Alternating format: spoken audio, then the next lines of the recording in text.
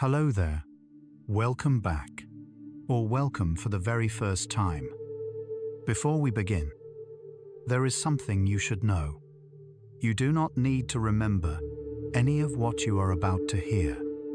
You do not need to take notes, or stay focused, or try to learn anything at all.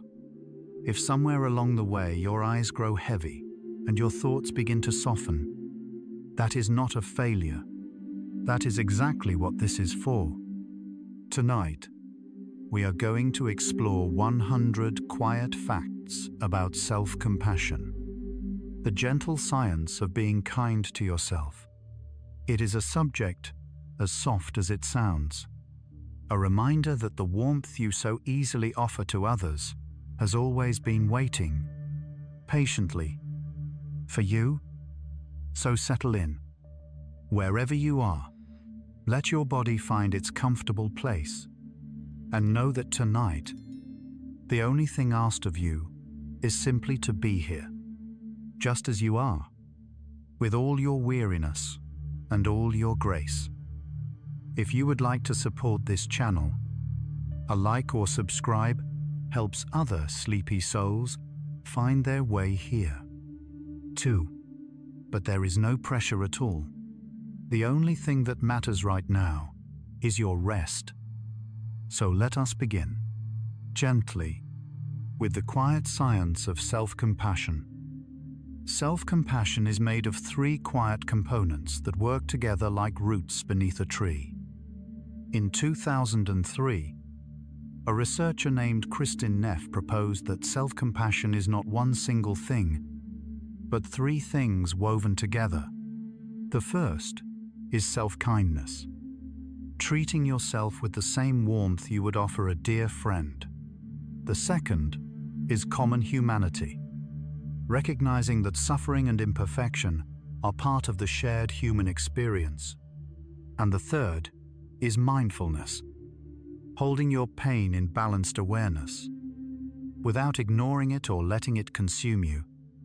Research from the University of Texas at Austin, where Neff conducted her foundational work, showed that these 3 components together predict well-being more reliably than any single one alone. They function as a system, each one supporting the others quietly. Imagine a tree in a quiet forest. You can see its branches reaching upward, but beneath the soil, 3 roots hold it steady: self-kindness, common humanity, and mindfulness. You may not always see them working, but they are always there, quietly holding you in place. And perhaps tonight, you do not need to understand these 3 components perfectly. Perhaps it is enough to know that they exist, like roots beneath the surface of your own quiet strength. The word compassion comes from Latin words meaning to suffer together.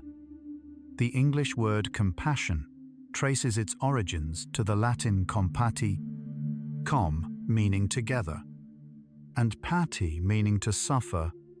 So at its very root, compassion means to suffer with another, and self-compassion then means to suffer with yourself, to sit beside your own pain rather than running from it or pretending it is not there. Linguists at Oxford have noted that this etymology appears across many languages. In Pali, the ancient language of Buddhist texts, the word karuna carries a similar meaning, a trembling of the heart in response to suffering. The concept, it seems, is as old as language itself. It is like rain falling into a river. The rain does not fight the current or try to change it. It simply joins. It becomes part of the flow. And in that joining, something larger is created, something that moves forward, gently, without effort. And so, self-compassion begins not with fixing, but with arriving, simply arriving at your own side, as you would for anyone you love. Self-kindness is the opposite of self-judgment, and your nervous system knows the difference. When you speak harshly to yourself, when the voice inside says you should have done better, tried harder, been more, your nervous system responds as though you are under threat. The amygdala activates. Cortisol rise. Your body tenses, preparing to defend itself against a danger that lives not outside, but within your own thoughts.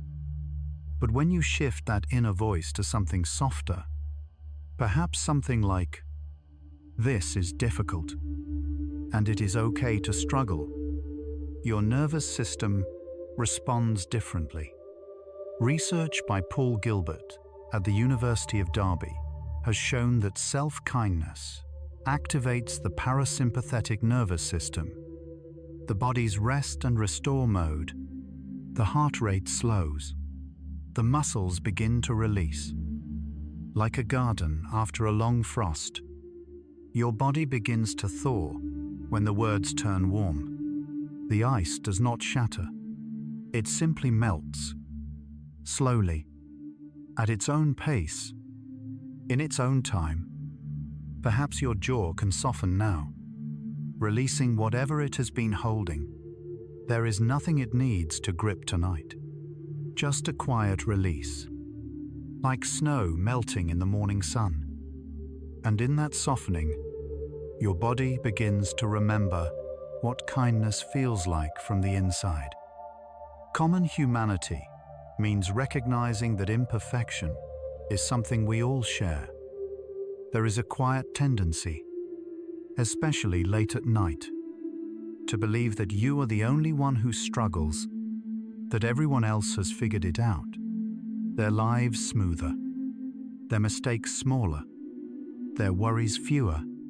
But the science of self-compassion says otherwise. Neff's research has consistently shown that people who recognize the shared nature of suffering experience less depression and greater emotional resilience. A study published in the Journal of Personality found that this single component was strongly linked to reduced feelings of isolation. It is like standing beneath a night sky filled with stars. Each star looks alone, separated by vast distances, but astronomers know they are all part of the same galaxy, held together by forces you cannot see. Your struggles, too, are part of a larger constellation, shared by billions of others, right now, at this very moment. And perhaps there is a quiet comfort in that knowing, that tonight, somewhere in the world, someone else is lying awake, carrying something heavy. 2. You are not alone in this. Mindfulness in self-compassion means neither ignoring your pain nor drowning in it. The third component of Neff's model is mindfulness, but not the kind that asks you to sit perfectly still and empty your thoughts. In the context of self-compassion, mindfulness simply means noticing your suffering without judgment. It means acknowledging, gently, that something hurts. Research, published in Clinical Psychology Review, found that mindful self-compassion reduces what psychologists call over-identification, the tendency to become so absorbed in negative emotions that they feel like your entire reality. Mindfulness creates a small space between you and your pain, just enough to breathe. Imagine sitting beside a river. The water carries leaves, twigs, and sometimes heavier things. Mindfulness does not ask you to stop the river or to jump in. It simply invites you to sit on the bank and watch, noticing what passes without reaching for it. And perhaps tonight, that is all you need, to notice what you feel without trying to change it. Just a quiet awareness, like a candle in a still room, steady and warm, Self-compassion is not the same as self-pity. It actually reduces feelings of isolation. One of the most common misconceptions about self-compassion is that it is self-pity in disguise. But research shows the opposite. Self-pity is marked by a sense of separation. Poor me. Why is this happening to me? Which increases feelings of isolation. Self-compassion, by contrast, is grounded in connection. It says, "This is hard," and many others know this feeling too. A study by Neff and colleagues, published in Self and Identity, found that self-compassion was negatively correlated with self-pity. The more self-compassionate a person was, the less likely they were to feel sorry for themselves. Instead, they felt more connected to others, like a warm current moving beneath the surface of a still lake. Self-compassion flows outward. It does not keep you small. It opens something. If you would like, let your shoulders settle now. They have carried enough today. Perhaps they can drop just a little lower, finding their own gentle resting place, like leaves drifting down through quiet air. And in that settling, something eases, not just in the body, but somewhere deeper. Your inner critic activates the same threat system as an external danger. When your inner voice becomes harsh, "You are not good enough. You should have known better." Your brain cannot tell the difference between that voice and an actual threat. The amygdala, the brain's alarm system, responds the same way. Stress hormones flood your body. Your muscles tighten. Your mind races. Paul Gilbert, the psychologist who developed compassion-focused therapy, has shown that the inner critic triggers what he calls the threat defense system. This system evolved to protect us from predators and danger, but it cannot distinguish between a tiger in the bushes and a cruel thought at 2 in the morning. It is like an old alarm that rings at every shadow. Even when the house is perfectly safe, the alarm is not broken. It is simply doing what it was designed to do, perhaps a little too well. And so perhaps tonight, if you hear that inner voice, you might remember, it is not truth. It is an alarm, and alarms can be gently turned down. Research suggests self-compassionate people recover from setbacks more gently. When something goes wrong, a mistake at work, la difficile conversation, an opportunity missed, self-compassionate people do not recover faster. Exactly, they recover more softly. The landing is gentler. The bruise heals without as much swelling. A study by Leary and colleagues, published in the Journal of Personality and Social Psychology, asked participants to recall their most painful memory and then measured their emotional response. Those high in self-compassion experienced the same initial pain, but their recovery was smoother. They did not spiral. They did not add layers of shame on top of the hurt. Like a tree that bends in a storm rather than snapping, there is a flexibility to self-compassion. It does not prevent the wind, but it allows you to sway with it, to move through it, and to stand again when it passes. And perhaps that is something worth knowing tonight, that whatever happened today, you are already in the process of softening around it. The brain's default mode network grows quieter when self-compassion is practiced. The default mode network, or DMN, is a collection of brain regions that becomes active when your mind wanders. It is the network responsible for self-referential thinking, thoughts about yourself, your past, your future, your worries. For many people, especially at night, this network runs loud, replaying the day's events on an endless loop.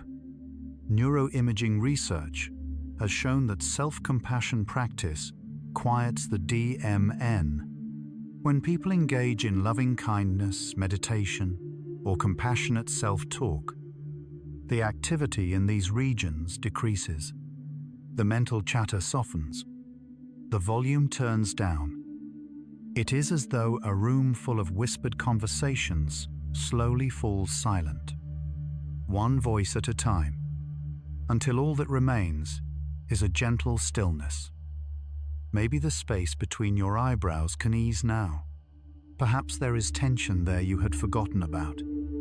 A quiet furrowing, a small knot of concentration. Let it smooth, like a ripple fading on a still lake. And in that quieting, the mind finds something it has been looking for. Note, silence. Exactly, but a gentler kind of noise. Being kind to yourself does not mean lowering your standards. One of the most persistent myths about self-compassion is that it leads to laziness or complacency. That if you stop being hard on yourself, you will stop trying. But the research tells a very different story. Neff and colleagues found that self-compassionate people set goals that are just as high as those with high self-esteem. The difference is in what happens when they fall short. Self-compassionate people do not berate themselves. They acknowledge the difficulty, offer themselves understanding, and try again. Imagine a gardener who tends a plant with patience. The gardener does not shout at the plant for growing slowly. Instead, the gardener adjusts the light, adds water, loosens the soil. The expectation of growth remains, but the method is gentle. And so it is with self-compassion. It is not the absence of ambition. It is ambition held with care, like a seed in warm hands, waiting for the right moment to grow. Studies show self-compassion is a stronger predictor of well-being than self-esteem. For decades, psychologists believed that self-esteem was the foundation of emotional health. But beginning in the early 2000s, research began to suggest that self-compassion might be even more powerful. A landmark study by Neff, published in 2011, compared self-compassion and self-esteem as predictors of happiness, optimism, and overall well-being. Self-compassion predicted each one more reliably. Unlike self-esteem, which often depends on external validation and can fluctuate wildly, self-compassion remains stable. It does not require you to be better than anyone else. Like an old stone wall that has stood for centuries, self-compassion does not rise and fall with the weather. It holds steady, season after season, offering shelter regardless of the storm outside. And perhaps tonight, that steadiness is exactly what you need. Not a fragile feeling that depends on whether the day went well, but a quiet knowing that you are worthy of kindness. Regardless, your brain can learn new patterns of self-talk at any age through neuroplasticity. If you have spent years speaking harshly to yourself, it might feel as though those patterns are permanent, grooves worn deep into the surface of your mind. But neuroscience says otherwise. Neuroplasticity, the brain's ability to reorganize and form new connections throughout life, means that self-talk can be rewired at any age. Research from the University of Wisconsin-Madison has shown that even brief periods of compassion meditation create measurable changes in brain structure and function. new neural pathways form. Old ones, unused, begin to fade. It is like a forest path. Walk the same route every day, and the trail becomes clear and easy. But begin to walk a different way, a softer way, and over time, a new path appears. The old one does not vanish overnight, but it grows quieter, greener, less traveled. Your hands might feel warm and heavy now, resting wherever they have found their place. Perhaps you can feel the weight of them, solid, still, perfectly at ease. They do not need to do anything tonight. And in that stillness, your brain is already beginning its quiet work of reshaping, one gentle thought at a time. Self-compassion helps people take responsibility rather than avoid it. Another common fear about self-compassion is that it lets people off the hook, that being kind to yourself means never facing your mistakes. But a study by Brains and Chen, published in 2012, found the opposite. Participants who practiced self-compassion after a moral failure were more likely to take responsibility and make amends than those who practice self-esteem boosting. The reason is surprisingly simple. When you are not drowning in shame, you have the clarity to see what happened and the courage to respond. Like a garden after rain, the earth is soft enough to work with. You can dig, plant, and tint, but when the ground is frozen with self-criticism, nothing can take root. And perhaps that is a gentle truth to carry tonight, that kindness and responsibility are not opposites. They are companions, walking the same quiet path. The warmth you feel when comforting a friend exists inside you too. Think of a moment when someone you care about was hurting. Remember the tenderness that rose in your chest, the desire to help, to say something kind. That feeling was not manufactured.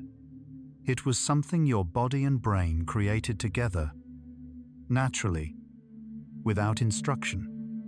Research by Tanya Singer at the Max Planck Institute has shown that compassion activates specific neural circuits. The same circuits whether the compassion is directed toward others or yourself. The warmth is the same. The only difference is the direction. Imagine a candle in a quiet room. Its light does not choose which walls to warm. It radiates in every direction equally. The compassion you feel for others is that same light, and you are allowed to stand in it, too. And perhaps tonight, you might let that warmth turn inward, just for a moment, not because you have earned it, but because it was always meant to include you. Researchers have found that self-compassion reduces the fear of failure. The fear of failure is one of the heaviest things a person can carry, especially late at night, when the mind replays what went wrong and rehearses what might go wrong tomorrow. But self-compassion, research shows, quietly loosens that weight. Neff and colleagues found that self-compassionate individuals are less likely to catastrophize after failure and more likely to view setbacks as learning opportunities. They do not fear failure less because they think failure is impossible. They fear it less because they know they will treat themselves with kindness when it happens. Like an old tree whose deepest roots hold it steady during storms. The tree does not fear the wind. It has learned, over many seasons, that it can bend without breaking. Perhaps your feet are sinking into stillness now, grounded and quiet. They have carried you through another day, and now they can rest. Feel the weight of them settling. solid, still, done with movement for tonight. And in that grounding, the fear of what might happen tomorrow loses just a little of its grip. Your body cannot tell the difference between kindness from others and kindness from yourself. When someone holds your hand, offers a warm word, or simply sits with you in silence, your body responds. Oxytocin flows, cortisol drops, the nervous system relaxes into safety. What scientists have discovered is that the same responses occur when the kindness comes from within. A study by Rockcliffe and colleagues found that compassionate imagery, simply imagining a kind and caring presence, produced measurable decreases in cortisol and increases in heart rate variability. The body did not distinguish between real and imagined kindness. It is as though your body has been listening all along, waiting for a kind word, and it does not much care who says it, as long as someone does. And perhaps tonight, you are that someone. Perhaps the voice your body has been waiting for is your own. Quiet, imperfect, but unmistakably kind. Self-compassion has been studied in over 56 randomized controlled trials. If self-compassion sounds like something too soft to be scientific, the numbers tell a different story. A meta-analysis by Han and Kim, published in 2023, gathered data from 56 randomized controlled trials involving thousands of participants across multiple countries. The findings were consistent. Self-compassion interventions reduced depression, anxiety, and stress with moderate effect sizes. These were not vague self-help exercises. They were structured programs tested under rigorous scientific conditions. It is like discovering that something you thought was only a folk remedy, a grandmother's quiet wisdom, has been confirmed by laboratories and peer-reviewed journals around the world. The science and the intuition agree. And perhaps there is something reassuring in that the gentleness your heart already knows has the backing of thousands of careful observations. The way you treat yourself in difficult moments shapes your nervous system over time. Every time you respond to your own suffering with harshness, a neural pathway strengthens, and every time you respond with gentleness, a different pathway grows. Over weeks and months and years, these patterns accumulate, shaping the landscape of your nervous system. Gilbert's work on compassion-focused therapy has shown that chronic self-criticism keeps the threat system perpetually activated, cortisol elevated, muscles tense, mind vigilant. But consistent self-compassion practice gradually shifts the balance toward the soothe system. Calmer, warmer, more at rest, like water shaping stone over centuries, not through force, but through gentle, persistent contact. Your daily self-talk is quietly carving the channels through which your emotions flow. Notice how your chest rises and falls, gently, without effort. Each breath is a rhythm that has been with you since your very first moment. It does not rush. It does not judge. It simply continues, faithfully, one breath after another. And each kind thought, like each breath, adds to the gentle reshaping of who you are becoming. Self-compassionate people tend to be more motivated, not less. It might seem logical that being easy on yourself would reduce your drive, but study after study has shown the opposite. Self-compassionate people are more motivated after failure, more likely to persist, and more willing to try new things. A study by Brainess and Chen found that participants who practice self-compassion after poor performance on a test spend more time studying for the next one, compared to those who received a self-esteem boost. Kindness, it seems, fuels effort. It is like tending a garden with patience rather than frustration. The gardener who shouts at the seedlings does not make them grow faster, but the one who waters gently, who waits, who trusts, that gardener sees blooms in time.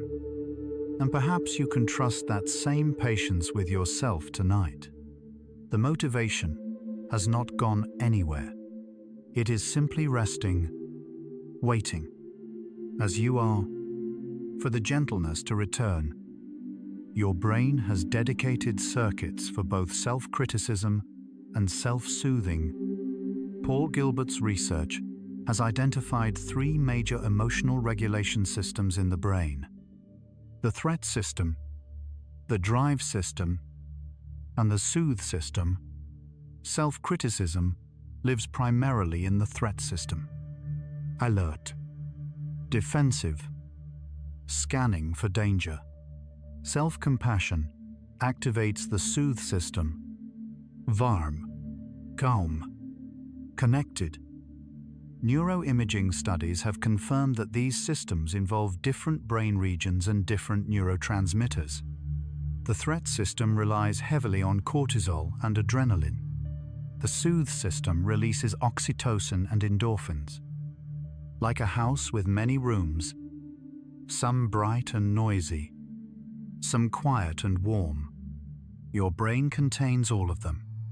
Self-compassion is simply the practice of spending more time in the quiet room, the one with soft light and no demands. And tonight, you are already there.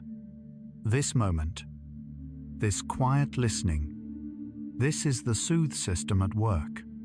You do not need to do anything special to activate it. You are already in it. Common humanity means your struggles connect you to others rather than separate you. When you lie awake at 3 in the morning, replaying a difficult conversation or worrying about tomorrow, it can feel as though you are the only person carrying this weight. But common humanity gently reminds you otherwise. Research has shown that people who embrace common humanity experience lower levels of depression and greater feelings of social connection. A study published in Mindfulness found that this single component was the strongest predictor of reduced loneliness. Imagine standing on a shore at night, looking out at the ocean. You cannot see the other shores, but they are there. Millions of people, at this very moment, gazing at their own dark waters, carrying their own quiet burdens. The distance between you is not emptiness. It is connection. Your belly might soften with each exhale now.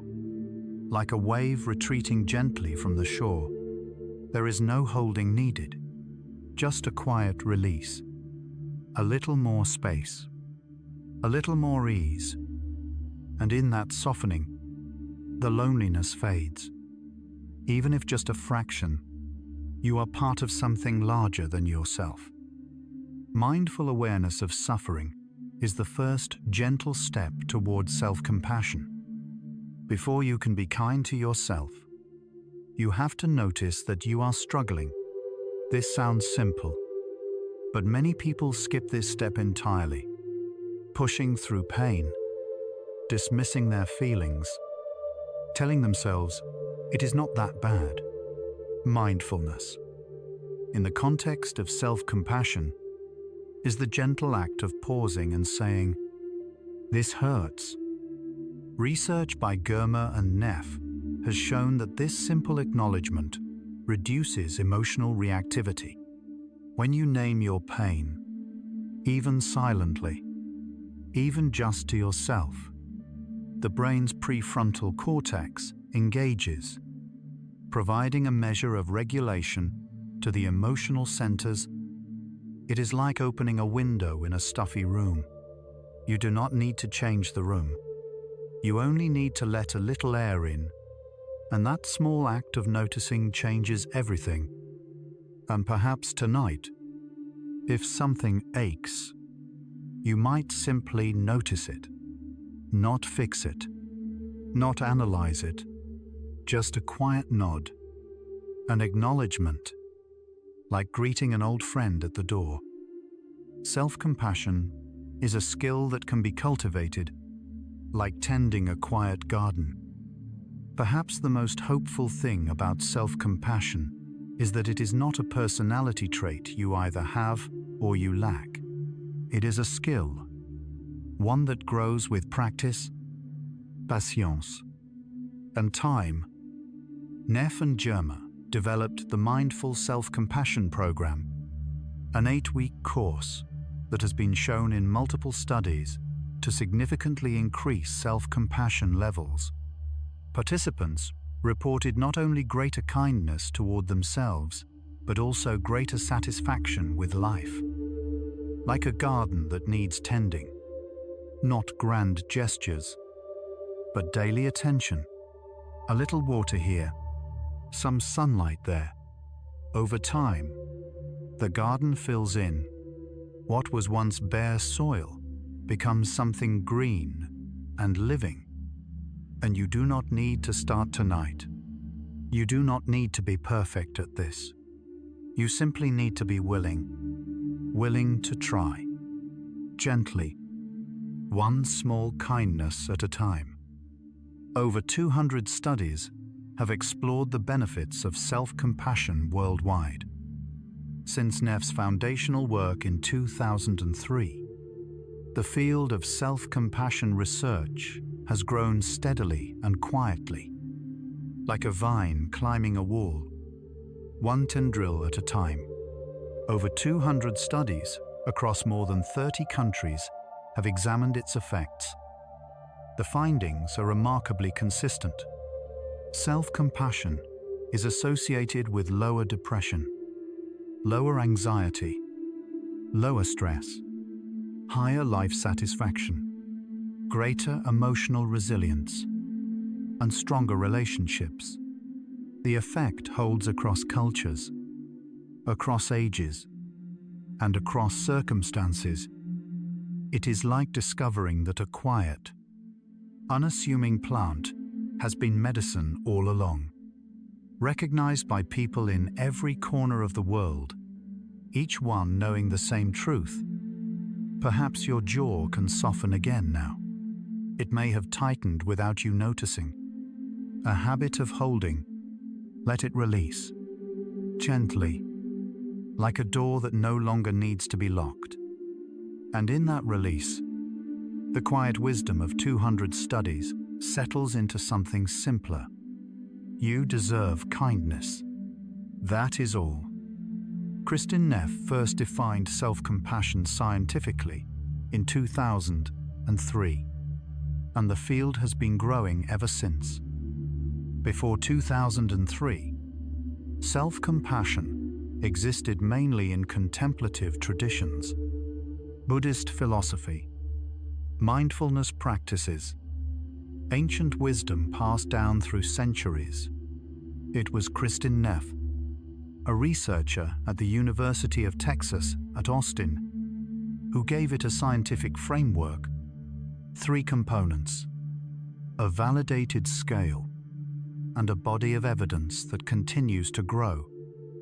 Her initial paper, published in Self and Identity, proposed that self-compassion was not just a nice idea, but a measurable, teachable, and profoundly beneficial way of relating to one's self. In the years since, thousands of researchers have built upon her work. It is like a single seed, planted in 2003, that has become a quiet forest. The trees are still growing. New branches appear every year, and each one carries the same message, that being gentle with yourself is not weakness, it is wisdom. And with that, We come to the end of our first gathering of 25 quiet truths about what self-compassion really is. You may have heard them all, or you may have drifted somewhere else entirely. Either way is perfect. Either way is enough. When you speak gently to yourself, your body releases oxytocin. Oxytocin is a small molecule with a remarkably large role. It is released during moments of trust, connection, and warmth. When a parent holds a child, when friends embrace, when you feel truly safe. And research has shown that it is also released when you direct kind words inward toward yourself. Paul Gilbert's work at the University of Derby demonstrated that compassionate self-talk activates the same neurochemical pathways as receiving care from another person. The body does not differentiate. It simply responds to the signal. And the signal, in this case, is kindness. Imagine a warm current moving through still water. You cannot see it, but you can feel it. A subtle shift in temperature, a gentle movement beneath the surface. That is what oxytocin does. It moves through you quietly, softening everything it touches. And perhaps tonight, as you listen, that current is already flowing, not because someone else offered it, but because somewhere inside, you did. Oxytocin is sometimes called the bonding hormone, and it flows even when the bond is with yourself. For a long time, scientists studied oxytocin primarily in the context of relationships, between mothers and infants, between romantic partners, between close friends. But more recent research has expanded this understanding. Oxytocin, it turns out, does not require another person.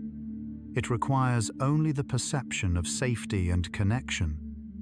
A study from the University of Freiburg found that self-compassion exercises increased salivary oxytocin levels in participants, even when they were alone. The body recognized the internal gesture of kindness and responded accordingly, like waves that always return to calm. Oxytocin is your body's way of coming back to itself, of finding its steady rhythm after the turbulence of the day. If you would like, let your shoulders settle a little more. Perhaps they have crept upward again without you noticing. Let them drift down, slowly, like a leaf finding its way to the surface of a quiet pond. And in that settling, the bonding hormone does its quiet work, connecting you, gently, to yourself. Self-criticism activates your fight-or-flight response, flooding your body with cortisol. When you criticize yourself, when the voice inside replays a mistake or insists you should have been better, your body interprets this as a threat. The hypothalamic pituitary adrenal axis, or agapia axis, activates. Cortisol surges into your bloodstream. Your heart rate increases. Your muscles tense. Your digestive system slows. This is the same response your ancestors relied on to escape predators. It is powerful and fast, but it was designed for brief emergencies, not for the chronic, low-level criticism many people direct at themselves every day. Research by Gilbert and colleagues has shown that people with high levels of self-criticism maintain elevated cortisol throughout the day, even in the absence of external stress. The threat, in these cases, comes from within. It is a reminder that your body is always listening to every word you think, to every judgment you carry, And perhaps tonight, knowing this, you might choose softer words, not because you have to, but because your body deserves a rest from the alarm. Self-compassion activates what scientists call the soothe system. Paul Gilbert proposed that humans have three major emotional regulation systems. The threat system scans for danger, the drive system pursues goals and rewards, and the soothe system, sometimes called the affiliative system, creates feelings of calm, safety, and connection.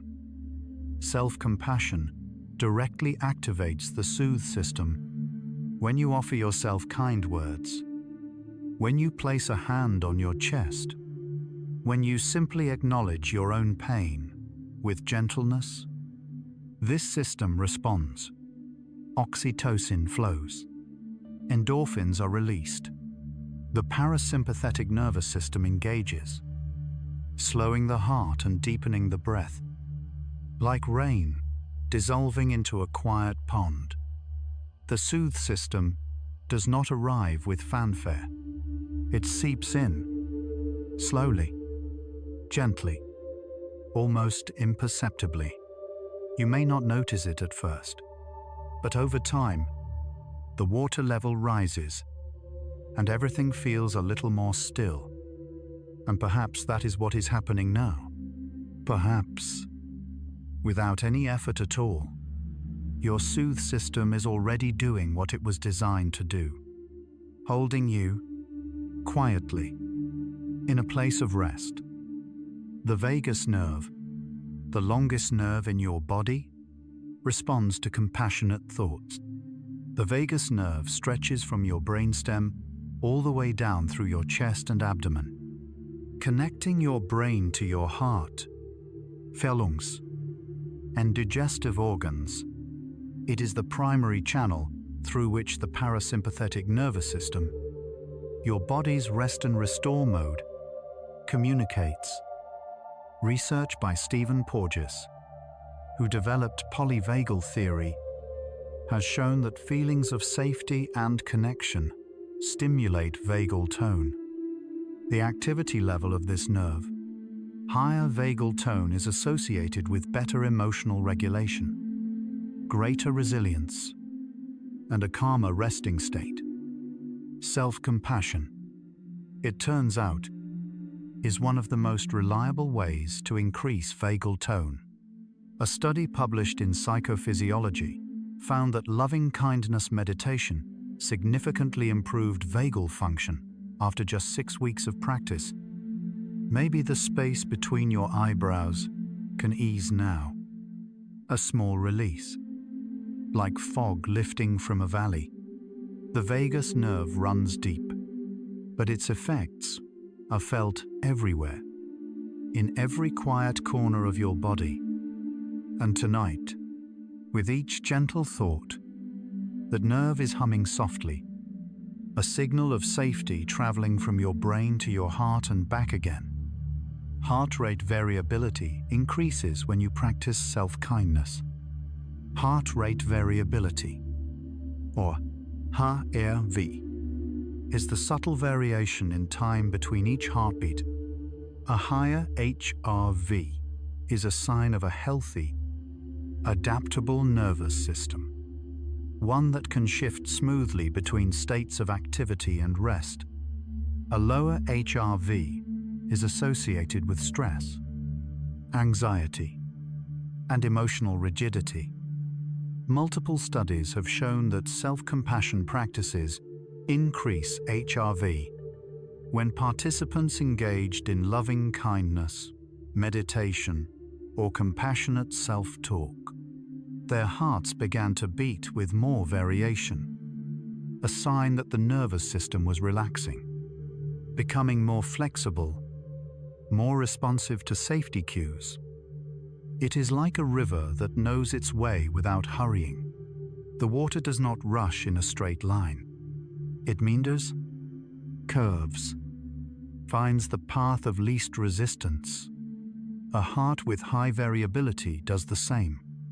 It adapts adjusts, flows, and perhaps your heart is doing that now, not because you asked it to, but because the kindness in the air tonight has given it permission to soften its rhythm just a little. Higher heart rate variability is associated with greater emotional resilience. Emotional resilience is not about being tough or unfeeling. It is about bouncing back, the ability to experience difficulty and return, eventually, to a state of balance. And research consistently links this capacity to heart rate variability. A study published in Biological Psychology found that individuals with higher HRV recovered more quickly from negative emotional experiences. Their bodies knew how to shift from stress back to calm. They did not get stuck. Self-compassion. By increasing HRV, builds this resilience from the inside out. It does not prevent hard things from happening, but it gives your body a more flexible foundation to stand on when they do. Like the tide carrying warmth to the shore, it retreats, but it always comes back. Resilience is not about never falling. It is about the return. And perhaps tonight, your body is already practicing that return. Settling, softening, finding its way back to rest. Cortisol levels measurably decrease after just a few minutes of compassionate self-talk. Cortisol is often called the stress hormone, and for good reason. It sharpens focus, raises blood sugar, and prepares the body for action. In small doses, it is useful. In excess, especially the chronic excess caused by ongoing self-criticism, it disrupts sleep, weakens immunity, and impairs memory. A study by Rockcliffe and colleagues measured cortisol levels in participants before and after a brief compassion-focused imagery exercise. After just a few minutes of imagining a warm, kind presence, cortisol levels dropped significantly. The body responded to kindness as quickly as it responds to threat. Like water, finding its own level, naturally, without force. Cortisol settles when the alarm is turned off, and self-compassion is one of the gentlest ways to turn it off. Your hands might feel warm and heavy now. Perhaps there is a tingling at the fingertips, or a weight in the palms. Let them rest. Wherever they are, they have done enough today. And in that resting, the cortisol is already easing, quietly, like a tide going out. Your immune system functions better when you are kind to yourself. The connection between emotions and immunity has been studied for decades, and the findings are consistent.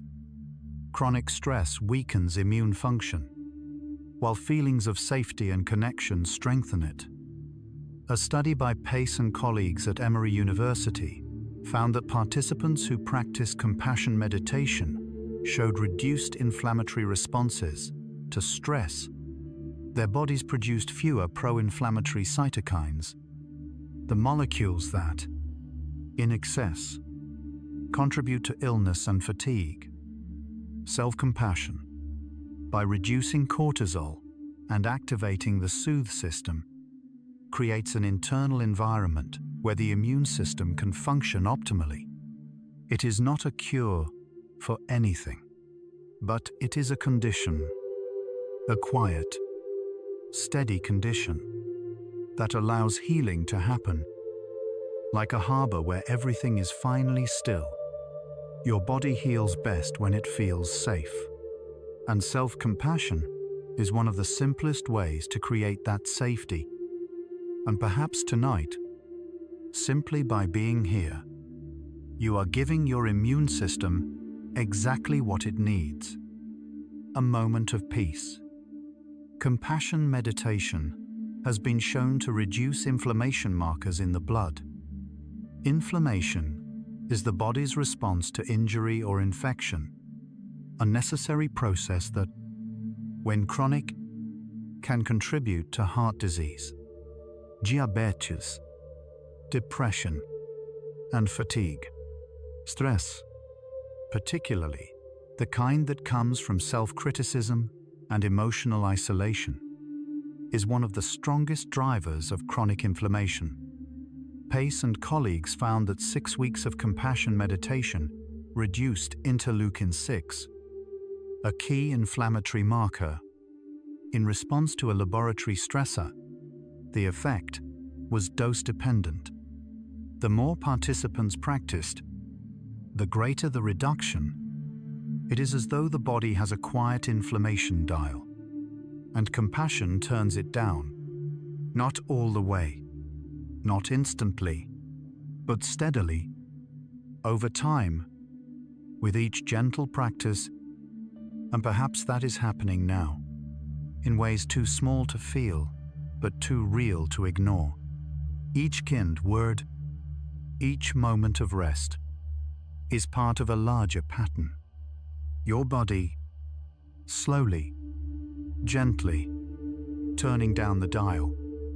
The parasympathetic nervous system, your body's rest and digest mode, activates during self-compassion. Your autonomic nervous system has 2 main branches. The sympathetic branch accelerates. It prepares you for action, for fight or flight. The parasympathetic branch decelerates. It slows the heart, deepens the breath, activates digestion, and promotes repair, self-compassion. Research shows tips the balance toward the parasympathetic side.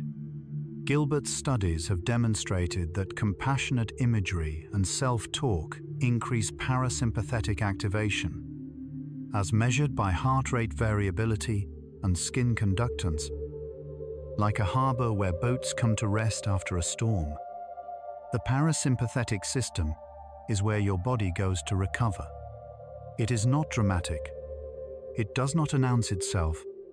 It simply takes over quietly.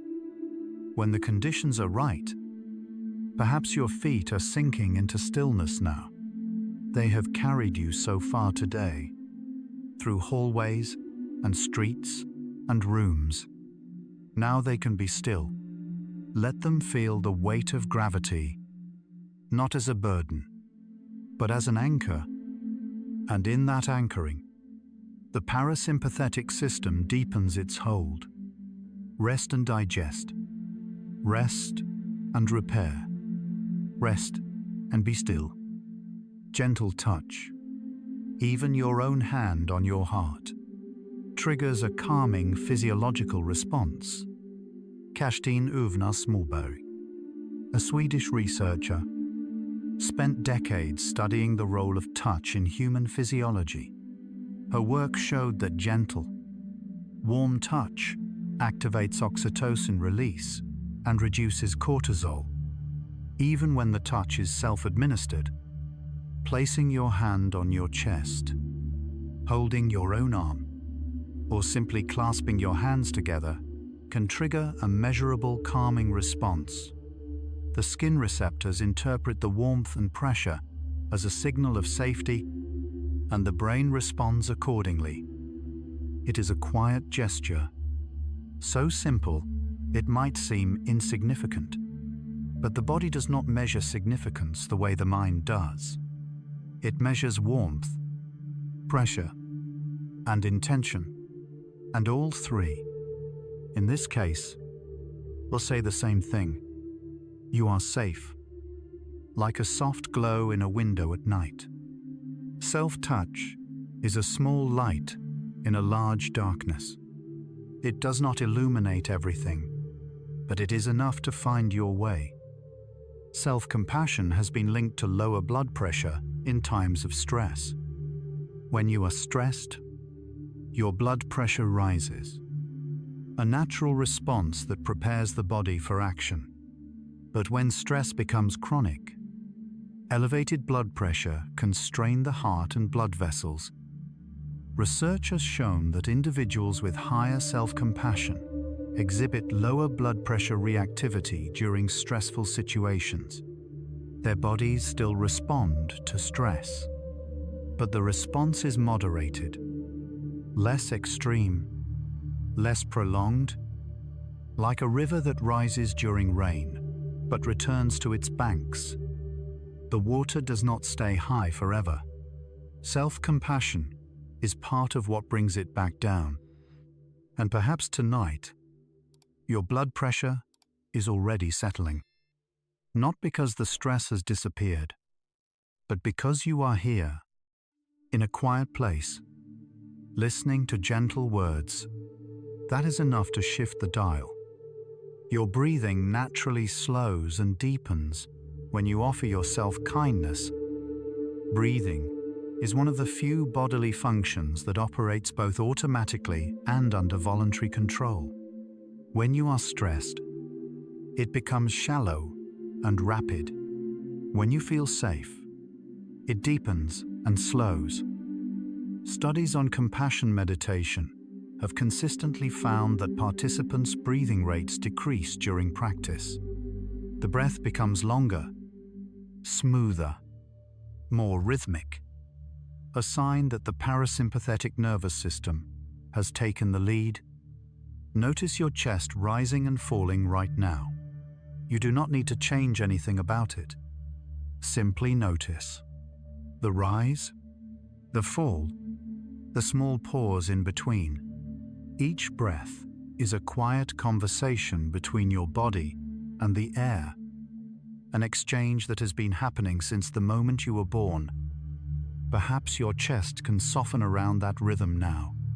Not holding, not pushing, just allowing the breath to be exactly what it is. Steady, patient, and entirely yours. The muscles in your face soften when compassionate thoughts arise. The face is one of the most expressive parts of the body, and also one of the most responsive to internal emotional states. When you are stressed or self-critical, the muscles around the jaw, forehead, and eyes tighten, often without your awareness. Gilbert's research has shown that compassionate imagery produces measurable relaxation in facial muscles. Electromyography, a technique that measures electrical activity in muscles, revealed decreased tension in the corrugator supercilii, the muscle that furrows the brow. During compassion exercises, it is as though your face holds a map of your inner weather, and when the weather turns kind, the lines soften, the furrows ease, and the map smooths itself out. And perhaps tonight, your face is already softening, the jaw unclenching, the forehead smoothing, the eyes growing heavy. You do not need to make this happen. It is already underway. Researchers found that self-compassion creates a subtle warmth in the body. At the University of Exeter, researchers asked participants to engage in compassionate imagery exercises and then measured their subjective body temperature. Participants consistently reported a feeling of warmth, not from external heating, but from within. This sensation likely arises from vasodilation, the widening of blood vessels that occurs when the parasympathetic nervous system activates. Blood flows more freely to the extremities, and the body's surface temperature rises slightly. Like firelight casting gentle shadows on a wall, the warmth of self-compassion is soft and flickering. It does not blaze. It glows. And perhaps you can feel it now. A subtle warmth in your hands, or your chest, or somewhere you cannot quite name. It is your body responding to kindness. It is your body saying thank you. Your digestive system works more smoothly when your nervous system feels safe. The gut and the brain are connected by the vagus nerve, and they communicate constantly. When the sympathetic nervous system is dominant, when the body is in fight or flight mode, digestion slows or stops. Blood is redirected to the muscles. The stomach churns or tightens. But when the parasympathetic system takes over, when the body feels safe, digestion resumes. The gut relaxes. Nutrients are absorbed. The body can tend to its quieter needs. Self-compassion, by activating the parasympathetic system, supports this process. Stephen Porges has described it as moving from a state of defense to a state of social engagement, a shift that the gut feels as deeply as the mind. Your belly might soften with each exhale now, like sand smoothed by a gentle tide. There is nothing to hold in, nothing to brace against, just the quiet rhythm of a body that is finally allowed to rest.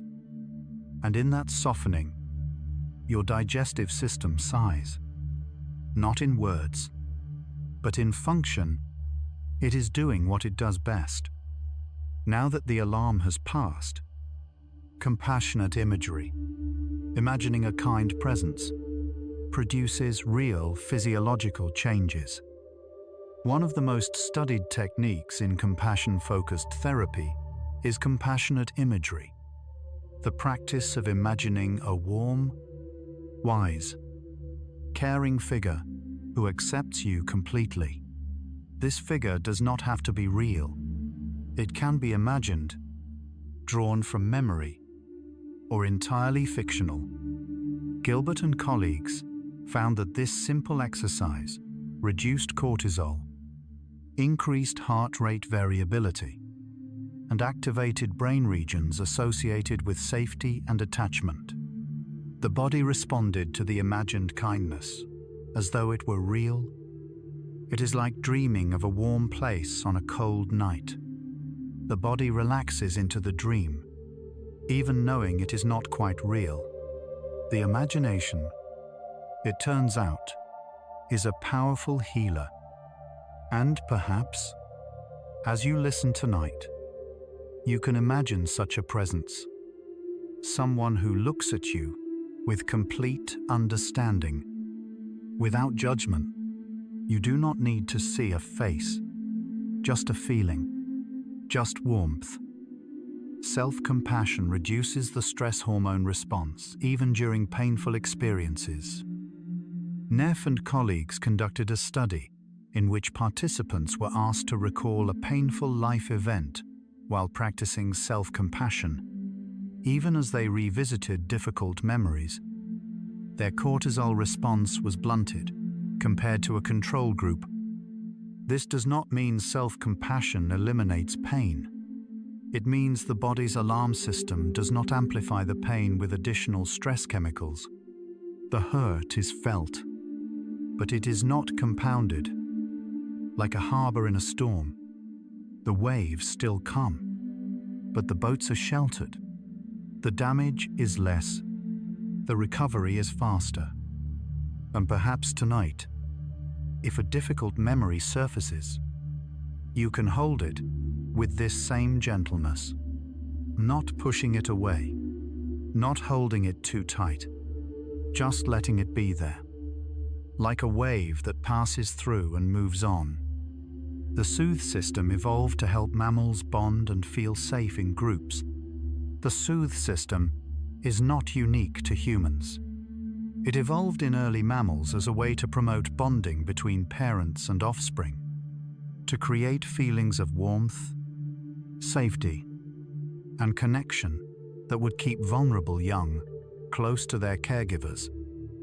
Gilbert has described this system as the oldest form of love, a biological mechanism that predates language, culture, and even consciousness as we know it. When you activate your soothe system, through self-compassion, you are tapping into something ancient. Like the tide that has been rising and falling since long before humans walked the earth, this system has been working quietly for millions of years. It knows what to do. It does not need instructions. Perhaps your jaw can release again now, not because you are holding tension, but because releasing feels so gentle, like opening your hands after holding something for a very long time. And in that release, something ancient stirs, a system older than words, older than worry, whispering that you are safe. When you are kind to yourself, your pupils may dilate slightly, a sign of emotional openness. Pupil dilation is one of the body's most involuntary responses. It occurs during moments of interest, attraction, and emotional engagement. Research in affective neuroscience has found that compassionate states are associated with slight pupil dilation, a sign that the brain is in a receptive, open mode rather than a defensive one. This is the opposite of what happens during fear. When the pupils constrict to sharpen focus on a perceived threat, during self-compassion, the visual system relaxes. The world, quite literally, appears a little wider, like a window opening onto a larger view. Your eyes respond to inner kindness by softening their gaze, taking in more, grasping less, and perhaps, if your eyes are still open, they can soften now. Or if they are closed, perhaps you can feel the quiet behind the eyelids, a darkness that is not empty, but full of rest. Endorphins, your body's natural comfort molecules, are released during compassion practices. Endorphins are best known for their role in pain relief and the feeling of well-being that follows exercise, but they are also released during moments of warmth, connection, and compassion, including self-compassion. Research published in Psychoneuroendocrinology has shown that social bonding behaviors, including compassionate self-talk, trigger endorphin release in the brain. These molecules bind to opioid receptors, creating a gentle sense of comfort and ease. Like a warm blanket draped over tired shoulders, endorphins do not demand your attention. They simply wrap around you, quietly, making everything feel a little softer, a little more bearable. And perhaps that is what you are feeling now. Not euphoria, not excitement, but a quiet ease, a gentle biochemical hug from your own brain, asking nothing in return. Your body holds tension patterns from years of self-criticism, and they can soften. Somatic researchers have long observed that chronic emotional states leave physical imprints on the body. Years of self-criticism can manifest as a tight jaw, raised shoulders, a clenched stomach, or a perpetually furrowed brow. These are not just habits. They are patterns etched into the muscles and fascia by repeated neural activation. The good news is that these patterns are not permanent. Research on body-based therapies has shown that combining self-compassion with body awareness can gradually release chronic tension. The process is slow, measured in weeks and months, not minutes, but it is real. Like a stone that has been smoothed by years of water passing over it, these patterns soften with persistent gentleness, not force, not urgency, just time and kindness. Your shoulders may have drifted upward again. That is perfectly natural. Let them settle once more, like warm honey flowing slowly downward. There is no wrong way to do this. There is only the next small release, and in that release, a pattern loosens. Not all at once, but one thread at a time. Warm feelings of self-compassion travel through the same neural pathways as physical warmth. Neuroimaging studies have revealed something remarkable. The brain processes emotional warmth and physical warmth through overlapping neural circuits. The insula, a brain region involved in interoception, the sensing of internal body states, activates both when you hold a warm cup of tea and when you feel a surge of compassion. This overlap explains why self-compassion often feels warm. Literally, the brain does not neatly separate emotional and physical sensation. They bleed into each other, creating an experience that is both felt and thought, both body and mind. Like snow melting into a stream, the boundary between solid and liquid dissolves, and what remains is movement, warmth, and flow. And perhaps that is what is happening inside you now. A melting of boundaries between thought and sensation. The kindness you hear is becoming warmth you feel. The words are becoming a temperature, and the temperature is exactly right. Your body has been quietly waiting for your permission to let go. This is not a scientific fact in the traditional sense. There is no journal citation, no control group, no p-value, and yet it may be the truest thing in this entire cluster. Your body is remarkable in its patience.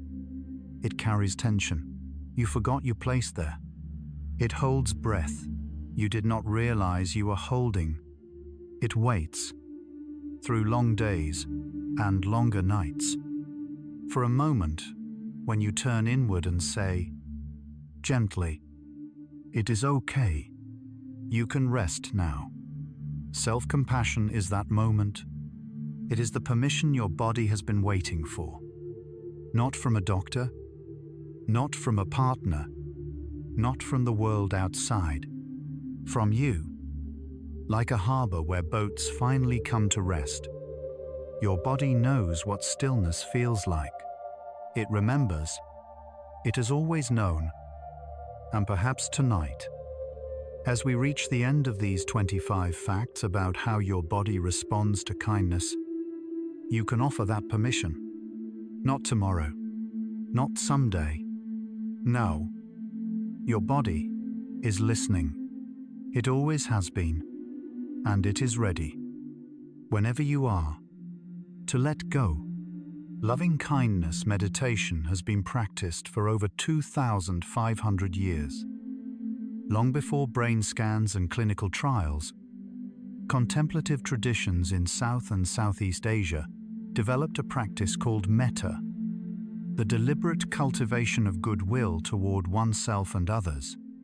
Monks and lay people alike would sit quietly, repeating phrases of kindness.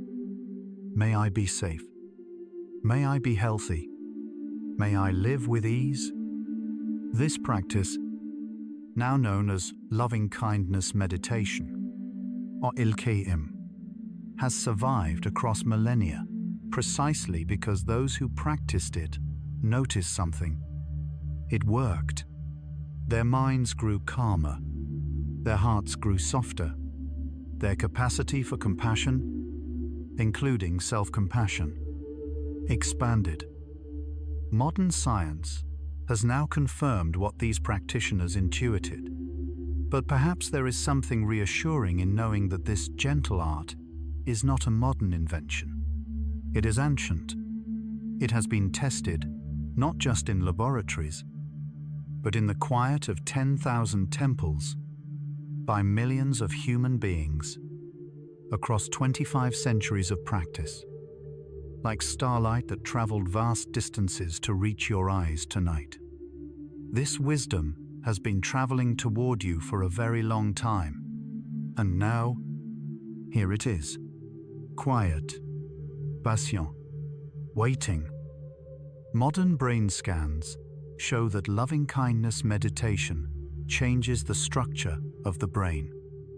In 2025, Valente and Singer published a systematic review of neuroimaging studies on loving-kindness meditation.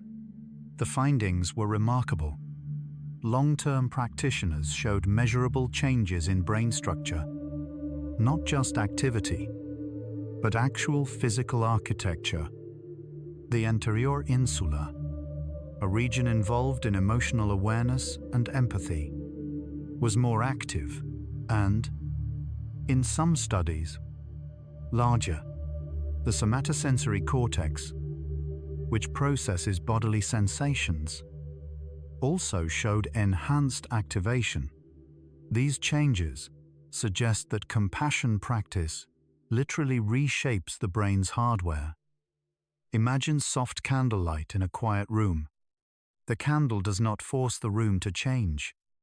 It simply glows, steadily, and over time the room takes on its warmth. That is what loving-kindness meditation does to the brain. It glows, and the brain reshapes itself around that glow. Maybe the space between your eyebrows can ease now. Perhaps there is a small knot there, a remnant of the day's concentration. Let it smooth, like a stone warmed by a long afternoon. And in that smoothing, your brain is doing what it does best, adapting, quietly, to the quality of your thoughts. The anterior insula, a region linked to emotional awareness, grows more active with compassion practice. The anterior insula sits deep within the brain, folded between the frontal and temporal lobes. It is one of the key regions involved in interoception, the ability to sense what is happening inside your own body. It helps you feel your heartbeat, notice a flutter of anxiety, or recognize the warmth of affection. Valente and Singer's review found that loving-kindness meditation increases activity in this region. Practitioners become more attuned to their own internal states, more aware of their emotions, more sensitive to the subtle signals their bodies send. This is not about thinking more. It is about feeling more, gently, without judgment, with the kind of quiet attention a gardener gives to a plant, like dawn light finding its way through curtains. This awareness does not burst in. It seeps. It arrives softly, illuminating what was always there, but perhaps overlooked. And perhaps that awareness is growing in you now. A quiet noticing of how your body feels, of what it needs, of the gentle rhythm of your own aliveness. Just 2 weeks of self-compassion practice can measurably reduce stress. The idea that meaningful change requires months or years of dedication is common, but not always accurate. Multiple randomized controlled trials reviewed by Han and Kim found that interventions lasting as little as 2 to 4 weeks produced significant reductions in perceived stress compared to control groups. Participants in these short programs practiced compassionate self-talk, loving kindness, meditation, or guided imagery for just 10 to 20 minutes per day. The effects were modest but real, and they persisted at follow-up assessments weeks later. It is like starlight that traveled millions of years to reach you, but arrives in a single, quiet instant. The journey was long, but the arrival is immediate. 2 weeks of gentle practice can shift something that felt immovable. And perhaps that is a comforting thought tonight, that change does not require perfection or endurance. It requires only a beginning, a small one, a gentle one, A meta-analysis of 56 studies found that self-compassion interventions reduce depression. Han and Kim's 2023 meta-analysis gathered data from 56 randomized controlled trials and found that self-compassion interventions reduced depressive symptoms with a standardized mean difference of 0.44, a moderate effect by clinical standards. This means that across thousands of participants in multiple countries, those who practiced self-compassion experienced meaningfully fewer symptoms of depression than those who did not. The effect was consistent and held up at follow-up assessments. Research from institutions, including the University of Oxford, the University of Exeter, and multiple hospitals across Europe and Asia, contributed to this body of evidence.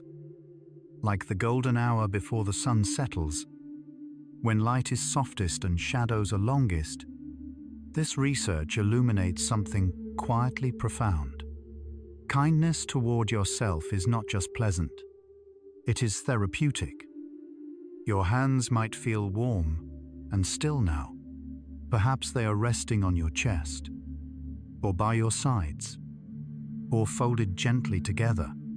Wherever they are is exactly right. And in that stillness, the weight of what you carry tonight may feel just a little lighter.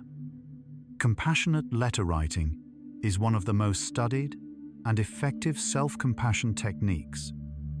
Of all the methods tested in clinical trials, one stands out for its simplicity and effectiveness. Writing a letter to yourself as though you were writing to a dear friend who was struggling. In this letter, you acknowledge the pain, offer understanding, and express kindness. The same kindness you would naturally give to someone you love. Han and Kim's meta-analysis found that compassionate letter writing appeared in many of the most successful interventions. It requires no special equipment, no teacher, no app, just a pen, or even just the imagination of putting words to paper. The power of this technique lies in its externalization. When you write the words down, or even think them deliberately, you create a small distance between your suffering self and your compassionate self. And in that distance, healing finds room to work. Like an aurora painting slowly across the sky, the words do not need to be dramatic. They simply need to be true and kind. Researchers found that self-compassion programs reduce anxiety across diverse populations.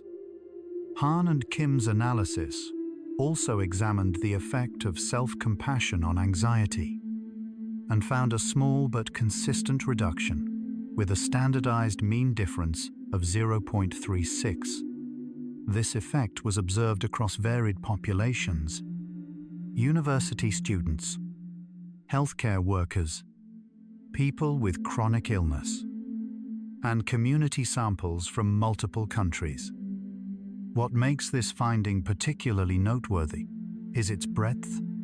Self-compassion does not seem to work only for certain kinds of people or certain kinds of anxiety. It appears to function as a general protective factor, a quiet, steady buffer against the sharpness of worry. Like moonlight resting on still water, the effect is not loud or immediate. It is subtle, but it is there, consistently, across study after study. And perhaps tonight, that subtle effect is already at work. The worry not gone, but softened, held at a gentler distance, as though someone has turned down the volume just enough for you to breathe. Neuroplasticity means your brain physically reshapes itself in response to compassion. The brain is not fixed. It is constantly rewiring itself in response to experience, strengthening pathways that are used frequently and pruning those that are not. This capacity, known as neuroplasticity, means that every thought you think, every emotion you feel, and every habit you practice leaves a physical trace in your neural architecture. When you practice self-compassion, even briefly, even imperfectly, you are literally building new circuits. The pathways associated with kindness, safety, and emotional regulation grow stronger. Those associated with self-criticism, while not erased, grow quieter. Research from the University of Wisconsin-Madison Center for Healthy Minds has shown that compassion meditation produces detectable changes in brain structure in as little as 2 weeks. Perhaps your feet can settle deeper into stillness now. They are still grounded, perfectly at rest, like ancient trees rooted in quiet soil. They do not need to go anywhere tonight. And in that stillness, your brain is reshaping itself, one gentle thought at a time, one quiet synapse at a time, building something kinder. Long-term meditators show thicker cortical regions in areas linked to empathy. Valente and Singer's systematic review found that experienced loving-kindness meditators, those who had practiced for years, showed increased cortical thickness in brain regions associated with empathy, emotional regulation, and self-awareness. The anterior insula and the prefrontal cortex were particularly affected. Cortical thickness is a measure of neural density, more neuron, more connections, more capacity. It is as though the brain, in response to years of compassion practice, literally grows more infrastructure for kindness. Like a constellation of small kindnesses, each one a point of light. Over time, they form a pattern, a map, a neural architecture built not from force, but from gentleness. And while years of practice may seem daunting, the research also shows that beginners experience benefits. 2. The brain begins reshaping itself from the very first session. The first kind thought already leaves a trace. Self-compassion helps people process difficult memories without becoming overwhelmed. One of the challenges of carrying painful memories is that revisiting them can sometimes feel as intense as the original experience. The brain's threat system activates, cortisol surge, and the body prepares for a danger that exists only in memory. Neff and Germer's research has shown that self-compassion provides a buffer. When people approach difficult memories with self-kindness rather than self-criticism, the emotional intensity decreases. The memory remains, but the suffering around it softens. Like the glow of embers in a fireplace, steady and warm. The fire has passed, but the warmth remains. Self-compassion does not erase difficult memories. It changes the temperature around them. And perhaps tonight, if a memory surfaces that you wish would stay buried, you might try holding it differently. Not tightly, not fearfully, but gently, the way you would hold a fragile thing that you are not ready to set down, but no longer need to grip. Compassion-focused therapy was developed specifically for people with high levels of shame. Paul Gilbert developed compassion-focused therapy, or CFT, in the early 2000s, after noticing that some of his patients struggled with a particular barrier. They understood, intellectually, that their thoughts were distorted, but they could not feel the truth of it.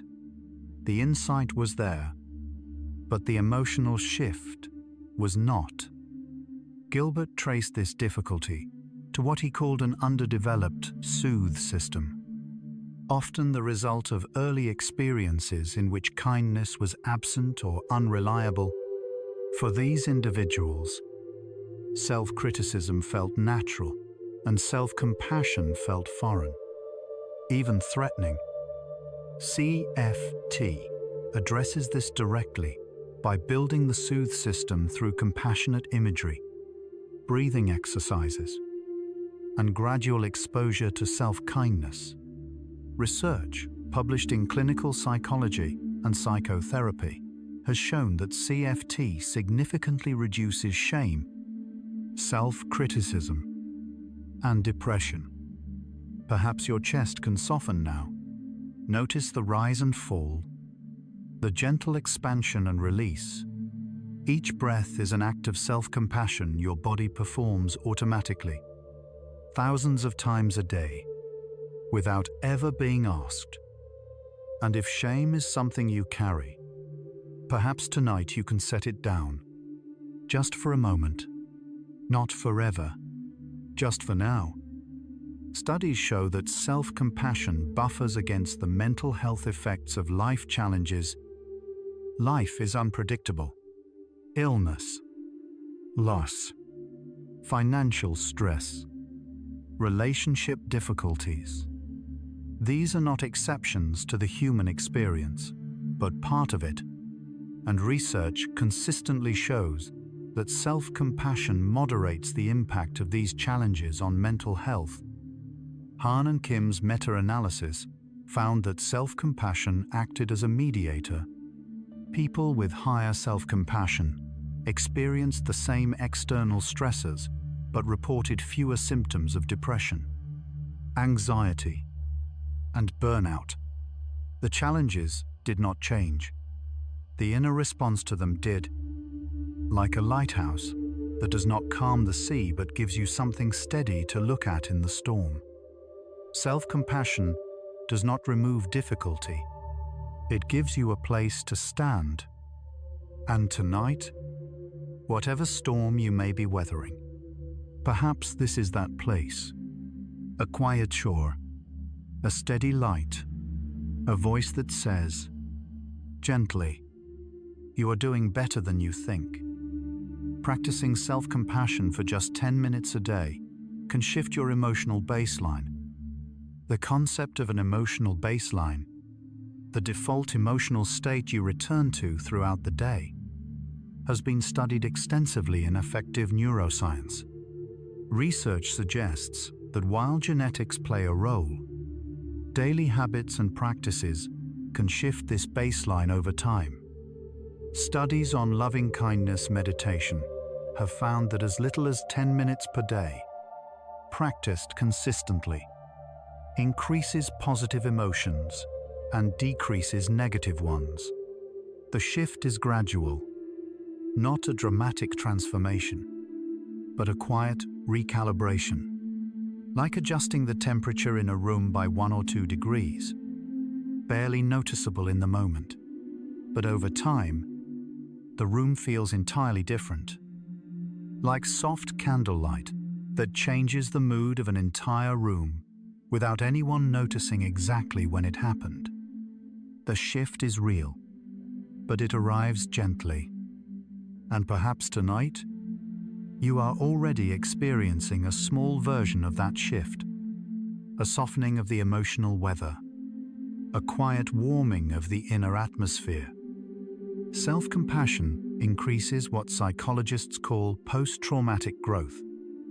Post-traumatic growth is the paradoxical finding that some people, after experiencing significant adversity, emerge, not just recovered, but expanded, with deeper relationships, a greater appreciation for life, and a stronger sense of personal strength.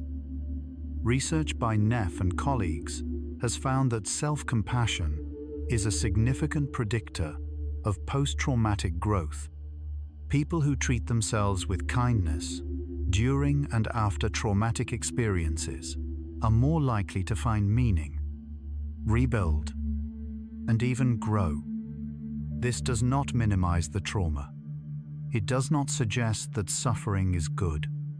It simply acknowledges that the human capacity for growth is vast, and that self-compassion creates the conditions for it.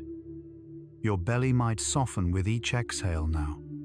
A little more space, a little more room, not filling it with anything, just allowing the space to exist, and in that space, perhaps something is quietly growing, not in spite of what you have been through, but alongside it.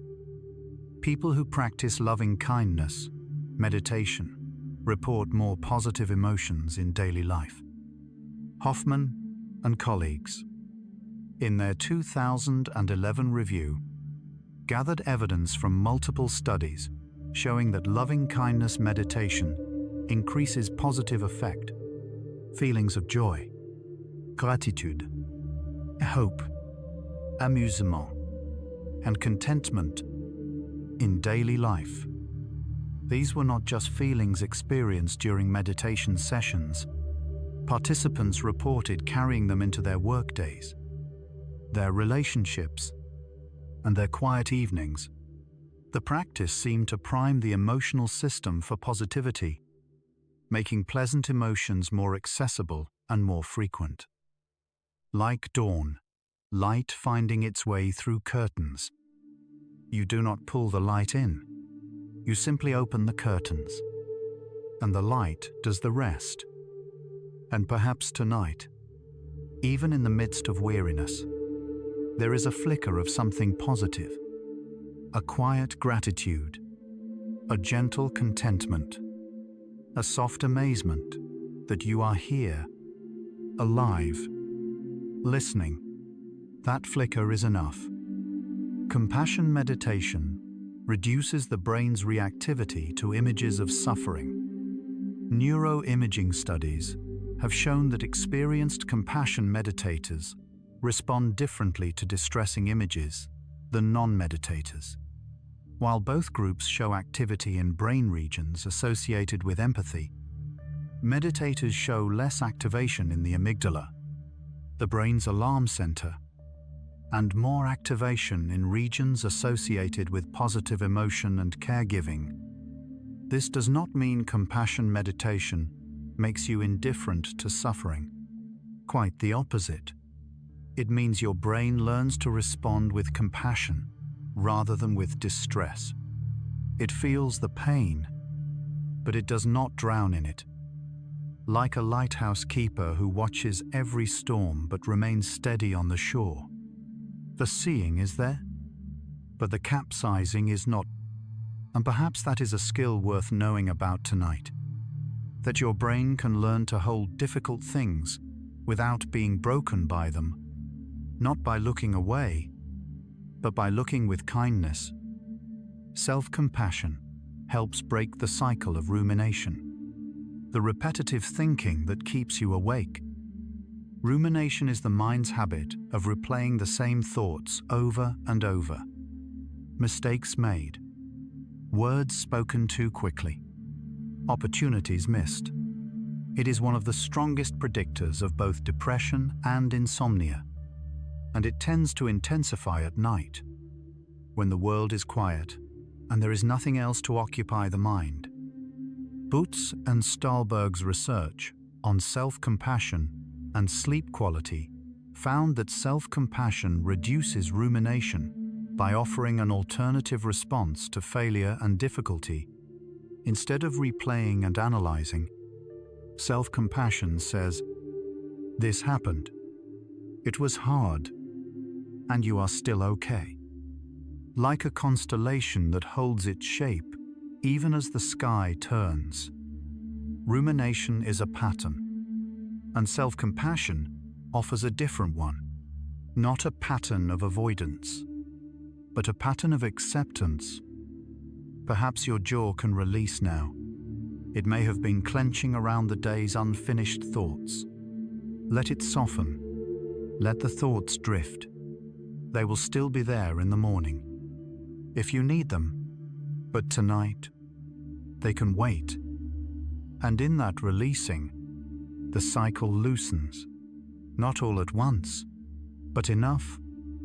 Research from Stanford found that compassion training increases prosocial behavior. Stanford University's Center for Compassion and Altruism Research and Education, known as CCARE, conducted studies showing that participants who completed compassion training programs were more likely to help others, donate to charitable causes, and respond with kindness in everyday interactions. This finding is particularly notable because the training focused on self-compassion as much as compassion for others. It turns out that being kind to yourself does not make you selfish. It makes you more generous. When your own cup is full, it overflows. Like starlight that gives freely to every surface it touches, the star does not choose who benefits from its light. It simply shines, and everything within reach is illuminated. And perhaps that is another quiet truth to carry, that the kindness you give yourself tonight will not stay contained. It will ripple outward in ways you may never see, to people you may never meet. Self-compassion is associated with higher emotional intelligence. Neff's foundational research in 2003 found positive correlations between self-compassion and multiple dimensions of emotional intelligence, including emotional awareness, emotional regulation, and the ability to use emotions constructively. People with higher self-compassion tend to understand their own emotions more clearly, manage them more effectively, and respond to the emotions of others with greater sensitivity. This is not surprising when you consider that self-compassion begins with mindful awareness, the simple act of noticing what you feel, like moonlight on still water. Emotional intelligence does not add anything to the water. It simply reveals what is already there: the depth, the movement, the quiet beauty of what lies beneath the surface. And perhaps tonight, you are already practicing this kind of intelligence, noticing what you feel, holding it gently, and allowing it to be exactly what it is. The effects of compassion meditation differ from focused attention meditation in the brain. Not all meditation practices are the same. Focused attention meditation, the practice of concentrating on a single object, such as the breath, activates different brain networks than compassion meditation.